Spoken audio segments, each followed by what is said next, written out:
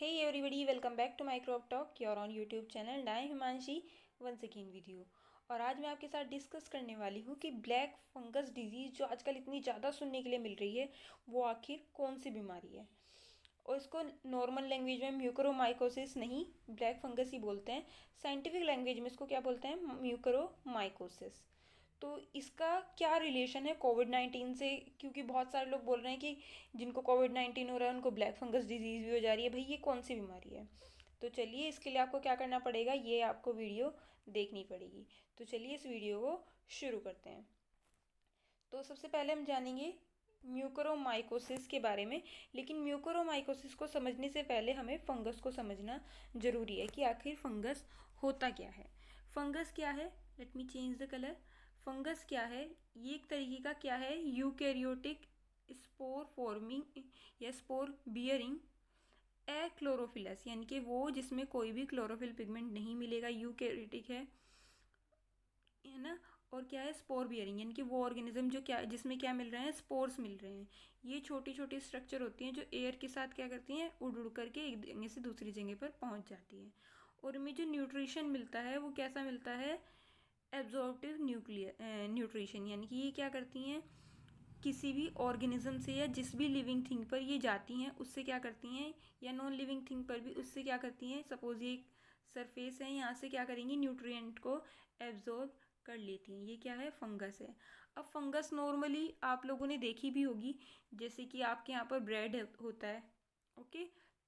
Bread पर आपने देखा होगा कि वाइट वाइट, कभी कभी क्या ग्रीन ग्रीन कलर का, या आपके घर में पिकल्स यानी कि अचार होते हैं, उन पर भी क्या वाइट वाइट एक कुछ आ जाता है। या फिर बहुत सारे टाइम तक अगर हम अपना खाना है उसको कहीं पर भी रख दें तो उस पर वाइट वाइट या ब्लैक ब्लैक या ग्रीन ग्रीन कलर के कुछ एक छोटी छोटी सी कॉटन जैसी कोटनी ग्रोथ दिखती है। वो क्या होती है, रियल में फंगस ही होती है।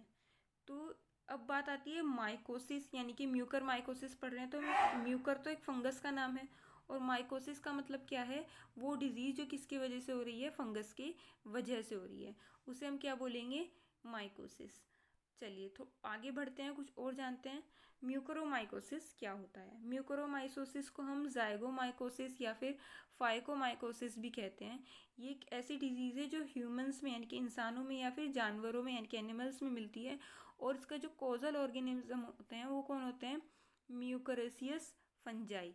म्यूकोरेसियस फंजाई में कौन कौन सी आती हैं, एब्सीडिया, कॉर्मी कॉर्म्बीफेरा, और कुछ स्पीशीज़ जैसे कि राइजोपस की और म्यूकर की। क्योंकि म्यूकर की बहुत सारी स्पीशीज़ के लिए इन्वॉल्व होती हैं, इसीलिए इसको नाम क्या दिया गया है, म्यूकरोमाइकोसिस।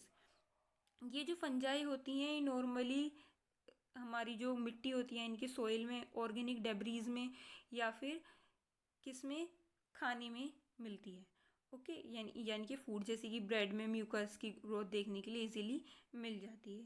ये जो डिजीज़ होती है ये बहुत सारे लोगों में हो जाती है, ठीक है, जिन्हें क्या होता है, एसिडोसिस, यानी कि जो डायबिटिक हैं या फिर जिन्हें मेल न्यूट्रिशन है उनमें, ओके। एसिडोसिस की अगर मैं बात करूँ तो ये क्या होता है कि जब किसी भी इंसान में, है ना, एसिडोसिस क्या है, जब किसी भी इंसान में क्या हो गया है, एसिडिक कंडीशन क्या हो गई है, बहुत ज़्यादा बढ़ गई है, और उसकी वजह से वो कहाँ पे हो रहा है, यस, ये जो एसिडिक कंडीशन कहाँ पे बढ़ रही है, या तो जो बॉडी के फ्लूइड्स होते हैं जैसे कि ब्लड वगैरह, या बॉडी से निकलने वाले जितनी भी तरल चीज़ें होती हैं, या फिर टिश्यूज़ में हो जाता है।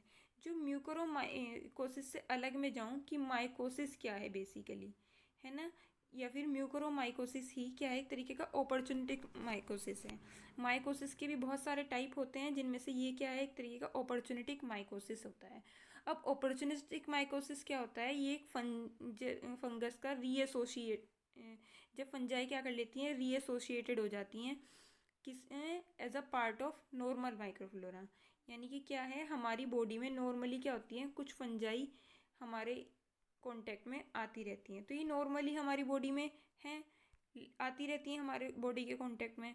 पर ये क्या होती हैं, पैथोजेनिक नहीं होती हैं, लेकिन पैथोजेनिक बन जाती हैं। कब पैथोजेनिक बन जाती हैं, और साथ ही साथ क्या करती हैं, उस टाइम पर हमारे में डिजीज़ कोज कर रही हैं, ठीक है, कुछ स्पेशल जो सरकमटेंसेस होते हैं उनकी वजह से, जैसे कि कोई पर्सन ज़्यादा स्ट्रेस्ड है ना, या फिर सप्रेस्ड है ना, या फिर बहुत ज़्यादा एंटीबायोटिक या फिर कोई भी एंटीबायोटिक ट्रीटमेंट चल रहा था उस पर्सन का, तो आप देख ही रहे हैं कि कोविड के टाइम पर लोग क्या हो रहे हैं, बिना बात के एंटीबायोटिक्स ले रहे हैं। इवन जब नीड नहीं है तो भी वो एंटीबायोटिक ले रहे हैं। मैंने पहले भी इस पर एक वीडियो बनाया था कि क्या सही में हमें एंटीबायोटिक की नीड है। लिंक आपको नीचे डिस्क्रिप्शन में मिल जाएगा।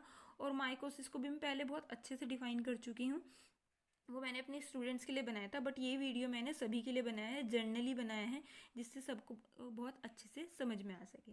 तो चलिए थोड़ा और आगे बढ़ते हैं। अब बात करते हैं कि ये जो माइकोसिस है, यानी कि म्यूकोरोमाइकोसिस के बारे में ही हम थोड़ा और जानते हैं।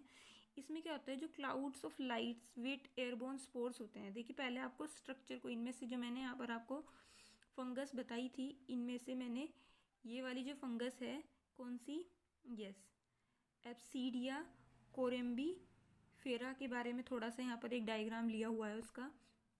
तो ये देखिए, ये इसकी स्ट्रक्चर मैंने यहाँ पर बनाया हुआ है। इसके स्ट्रक्चर में क्या होता है, ये एक हाइफी होता है और नीचे क्या होते हैं, कुछ राइजोइड्स होते हैं, और एक हाइफी किसका, इसका कैसा होता है, सिनोसिटिक, मतलब उसमें क्या होंगे, वॉल लाइक स्ट्रक्चर होती है। कुछ कोल्यूमिला होते हैं और स्पोरेंजियोफोरा होते हैं, जिसमें से क्या होंगे, स्पोरेंजियोफोर्स में से क्या मिलते हैं, यस, स्पोर्स निकलते हैं स्पोरेंजियोफोर्स में से। और फिर उसके बाद स्पोरेंजियम मिलते हैं, स्पोरेंजियोस्पोर्स मिलते हैं। ठीक है, स्पोरेंजियम में क्या होते हैं, स्पोरेंजियोस्पोर्स होते हैं। अब बात करते हैं हम जो क्लाउड्स, मतलब यानी कि हम बात करें तो जो छोटी छोटी बूंदें उड़ती रहती हैं ना आसमान में, उनमें क्या होता है कि कुछ क्या करती हैं, स्पोरेंजिया को प्रोड्यूस करती हैं। मतलब उनमें क्या होता है, हम कह सकते हैं कि स्पोरेंजिया को वो लेके जाते हैं, जिससे क्या करती हैं, वो एक जगह से दूसरी जगह पर चली जाती हैं और उसी के थ्रू हमारे नेजल पासेज, यानी कि नाक में जो छेद होते हैं, और वहाँ से फारिनेक्स में पहुँच जाती हैं और क्या करती हैं, ग्रो करती हैं ब्लड वेसल्स में। और क्या करती हैं उसकी वजह से, वे क्या करेंगी, जो आईज़ के टिश्यूज़ होते हैं उसके थ्रू घूम करके वो कहाँ पहुँच जाती हैं, नर्वस सिस्टम में चली जाती हैं।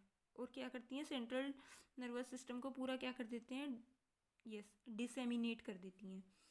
तो कुछ और भी जानते हैं कि इसको डायग्नोस कैसे कर सकते हैं। इसको जो डायग्नोस किया जाता है by finding thick walled non septate hyphae, यानी कि बॉडी में से क्या करते हैं, आइसोलेट करते हैं non thick walled non septate hyphae के through in the lumen of all blood vessels, यानी कि जितनी भी ब्लड वेसल्स हैं उनकी ल्यूमन्स में से। और क्या करते हैं, साथ में बायोप्सीज होती है किसकी, इनके स्मेयर्स की। साथ में इसका ट्रीटमेंट क्या होगा, इसका ट्रीटमेंट में जो आता है वो होता है कि इसका पूरी तरीके से सर्जरिकल रिमूवल होता है, इनकी सर्जरी होती है पूरे इन्फेक्टेड एरिया की। और इसे कंपेन कर सकते हैं हम कैसे, कि हम हाई डोज लें एंटी फंगल एजेंट्स की, स्पेशली एम्फोटेरिसिन बी की। तो इसके ट्रीटमेंट तक पहुंचने से पहले हमें पूरी कोशिश करनी चाहिए कि इसका इन्फेक्शन हमें लगे ही ना। तो नेक्स्ट हम देख लेते हैं कि कोविड-19, अब हम बात कर रहे थे ना जिसकी वजह से ये वीडियो हमने शुरू करा था, कि कोविड-19 और म्यूकोरोमाइकोसिस का रिलेशनशिप क्या है, मतलब क्यों कोविड-19 के पेशेंट्स को म्यूकोरोमाइकोसिस हो रहा है। जो म्यूकोरोमाइकोसिस है ये कॉमन इन्फेक्शन तो नहीं है, नॉर्मली किसी को नहीं होता है, बहुत रेयर केसेस होते हैं जिसमें जो वो लोग आते हैं जिनकी इम्यूनिटी क्या है, बहुत ज़्यादा वीक होती है। और इंडिया में ये ऑब्जर्व किया गया है कि जो रिकवर्ड पेशेंट है कोविड-19 से, वो क्या उनको क्या हो जा रहा है, ब्लैक फंगस का इन्फेक्शन हो जा रहा है। क्योंकि इसका रीज़न एक ये भी हो सकता है कि ये जो पेशेंट्स होते हैं उनका क्या है, उनकी इम्यूनिटी बहुत ज़्यादा क्या हो गई है, वीक हो गई है, कमज़ोर हो गई है, और ये एक अपॉर्चुनिस्टिक इन्फेक्शन है। तो इसी वजह से क्या हो जा रहा है कि स्मॉल जो इन्फेक्शन है वो स्मॉल एक्सपोजर से भी, यानी कि थोड़ा सा एक्सपोजर हुआ किसी भी पैथोजन का, यानी कि पैथोजन मतलब किसी भी इनमें से किसी भी फंगस का, जैसे ही वो हल्के से भी कांटेक्ट में है तो उनको क्या हो जाएगा, ये डिजीज़ होने की संभावना हो जाती है। जो ब्लैक फंगस डिजीज़ है ये ट्रिगर होती है, यानी कि एक्टिवेट हो जाती है स्टेरॉइड्स के यूज़ से भी। ठीक है, क्योंकि नॉर्मली ये फंजाई हमारे आसपास होती तो है ही, तो वो क्या है, एक्टिवेट हो जाएगी डिजीज़ कोज करने के लिए। क्योंकि क्या होता है, ये जो स्टेरॉइड्स हैं हम इन्हें क्या किसके ट्रीटमेंट में यूज़ कर रहे हैं, कोविड-19 के पेशेंट्स को ट्रीट करने में यूज़ होते हैं। ये जो स्टेरॉइड्स होते हैं ये क्या करते हैं, इन्फ्लेमेशन को रिड्यूस करते हैं, यानी कि जो भी प्रॉब्लम हो रही है कोविड-19 की वजह से उनको कम कर देते हैं, किसमें, लंग्स में, ठीक है। और इसकी वजह से क्या हो जाता है, कुछ भी बॉडी में कभी कभी क्या हो जाते हैं, कुछ डैमेजेस भी हो सकते हैं। किसकी बॉडी की किस चीज़ में डैमेज होगा, इम्यून सिस्टम है जो हमारा, वो कभी कभी क्या हो जा रहा है, कभी कभी क्या, कोविड-19 के केस में इम्यून सिस्टम वीक हो ही जाता है, क्योंकि एक वायरस है और सभी वायरल डिजीज़ में इम्यून सिस्टम वीक ही होता है। और इसकी वजह से क्या होगा, जो हमारी कोरोना वायरस की जो फाइट है वो क्या हो जाएगी, ओवर ड्राइव हो जाएगी। और कुछ केसेस में क्या होगा, इम्यूनिटी भी क्या हो सकती है, रिड्यूस हो सकती है। और जो ब्लड शुगर लेवल है वो क्या हो जाएगा, बढ़ जाएगा। किसके केस में, चाहे कोई डायबिटिक है चाहे नॉन डायबिटिक कोविड-19 पेशेंट है, तो इसकी ज़्यादा जो हार्मफुल चीज़ें या फिर इफ़ेक्ट देखने के लिए मिलेगा वो किसमें मिलेगा, हालांकि मिल तो दोनों में रहा है, मैं ये बिल्कुल नहीं कहूँगी कि जो नॉन डायबिटिक लोग हैं उनमें इसका इफेक्ट नहीं होगा, लेकिन जो डायबिटिक लोग हैं उनके लिए ये क्या हो सकती है, बहुत ज़्यादा सीवियर हो सकती है। अगर मैं इसकी मोर्टेलिटी रेट की बात करूँ तो इसके मोर्टेलिटी रेट में, यानी कि इसकी मृत्यु दर, इसकी वजह से जो मृत्यु दर है वो कितनी हो गई, इसकी 50% है। यानी कि 50% लोग जिनको ये इन्फेक्शन होता है वो मर जाते हैं, लेकिन 50% लोग अभी भी होप रख सकते हैं। वो ज़रूरी नहीं है कि उनमें क्या हो जाए, उनकी डेथ हो जाए। तो ये था छोटा सा वीडियो जिसमें मैंने बहुत ही कॉमन तरीके से सबको समझाने की कोशिश की है कि म्यूकोरमाइकोसिस क्या होता है। आई होप कि वीडियो आपको पसंद आया होगा। अगर ये वीडियो आपको पसंद आया तो इस वीडियो को लाइक करें, अपने फ्रेंड्स के साथ ज़्यादा से ज़्यादा शेयर करें, जिससे वो भी इस डिज़ीज़ के बारे में जान सकें। आज के लिए इतना ही, मिलते हैं नेक्स्ट वीडियो में। आई होप कि वीडियो आपके लिए हेल्पफुल रहा होगा। सो चलिए मिलते हैं नेक्स्ट वीडियो में।